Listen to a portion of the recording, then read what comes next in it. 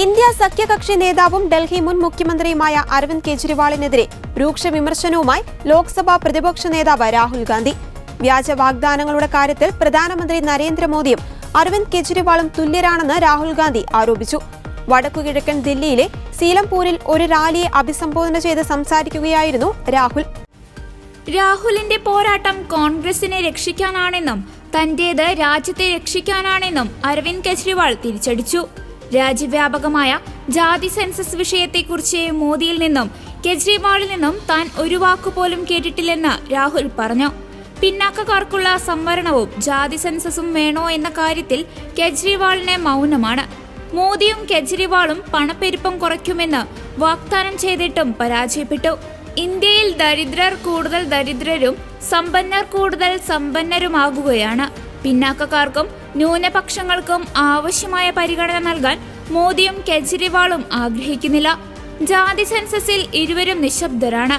ദില്ലിയിൽ സർക്കാർ രൂപീകരിച്ചാൽ കോൺഗ്രസ് സംവരണ പരിധി ഉയർത്തുമെന്നും രാഹുൽ ഗാന്ധി പറഞ്ഞു. അദാനി വിഷയത്തിലും രാഹുൽ കെജ്രിവാളിനെതിരെ ആഞ്ഞടിച്ചു. കെജ്രിവാൾ എപ്പോഴെങ്കിലും അദാനിയെക്കുറിച്ച് സംസാരിച്ചിട്ടുണ്ടോ എന്നായിരുന്നു രാഹുലിന്റെ ചോദ്യം. ഒരു വ്യവസായിയെ കൊണ്ട് രാജ്യം ഭരിക്കാൻ കോൺഗ്രസ് അനുവദിക്കില്ല. രാജ്യ തലസ്ഥാനത്തെ പാരീസാക്കി മാറ്റുമെന്ന് കെജ്രിവാൾ വാഗ്ദാനം ചെയ്തിരുന്നുവെന്നും എന്നാൽ അഴിമതിയും മലിനീകരണവും പണപ്പെരുപ്പവുമാണ് ദില്ലിയിൽ ഉണ്ടായതെന്നും രാഹുൽ ആരോപിച്ചു. എന്നാൽ രാഹുൽ ഗാന്ധി ദില്ലിയിൽ വന്ന് തന്നെ വളരെയധികം അധിക്ഷേപിച്ചെന്നും അദ്ദേഹത്തിന്റെ പ്രസ്താവനകളെക്കുറിച്ച് താൻ പ്രതികരിക്കാനില്ലെന്നും കെജ്രിവാൾ വ്യക്തമാക്കി. കോൺഗ്രസിനെ രക്ഷിക്കാനായി രാഹുൽ നടത്തുന്ന പോരാട്ടം മാത്രമാണിതെന്നും അദ്ദേഹം പരിഹസിച്ചു. അതേസമയം 2015 മുതൽ ദില്ലിയിൽ അധികാരത്തിലിരിക്കുന്ന ആം ആദ്മി പാർട്ടി ഹാട്രിക് വിജയമാണ് ഇത്തവണ ലക്ഷ്യമിടുന്നത്. എന്നാൽ 27 വർഷത്തിനു ശേഷം ദേശീയ തലസ്ഥാനത്ത് വിജയിക്കാനാണ് BJPയുടെ ശ്രമം.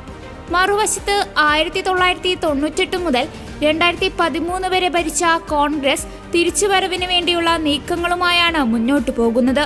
ദില്ലിയിലെ 70 നിയമസഭാ മണ്ഡലങ്ങളിലേക്കുള്ള തെരഞ്ഞെടുപ്പ് ഫെബ്രുവരി 5-ന് ഒറ്റഘട്ടമായി നടക്കും. ഫെബ്രുവരി 8-ന് ഫലം പ്രഖ്യാപിക്കും.